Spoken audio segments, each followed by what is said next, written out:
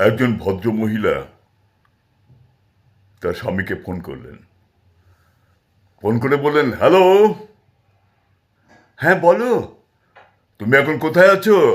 এই তো রান্নাঘরে এসছি, একটু জল খাবো বলে। ও আচ্ছা, রান্নাঘরে এসছে জল খাবে বলে, বেশ। শোনো, রান্নাঘরে ওই সিঙ্কের পাশে দেখো কটা বাসন রাখা আছে, বাসনগুলো একটু ধুয়ে রাখো তো, ভালো করে মেজে ধুয়ে রাখো। না না, আমি রান্নাঘরে নেই, আমি এখন বাথরুমে এসেছি।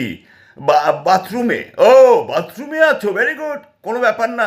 বাথরুমে কলের পাশে যে বালতিটা রাখা আছে, বালতিতে দেখো আমার কিছু জামা কাপড় ভেজানো আছে, বুঝতে পেরেছ?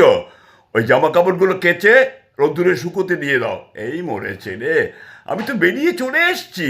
কোথায় এসছো? বাড়ির বাইরে অনেকটা চলে এসছি।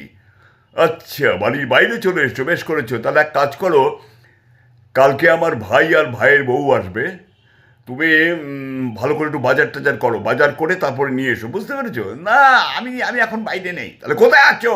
আমি এখন জমের দক্ষিণ দুয়ারে জমের বাড়িতে আছি। জমের বাড়িতে? খুব ভালো কথা। ওখানে শ্বশুরমশাই মানে তোমার বাবা আছেন, বাবাকে জিজ্ঞেস করো তো।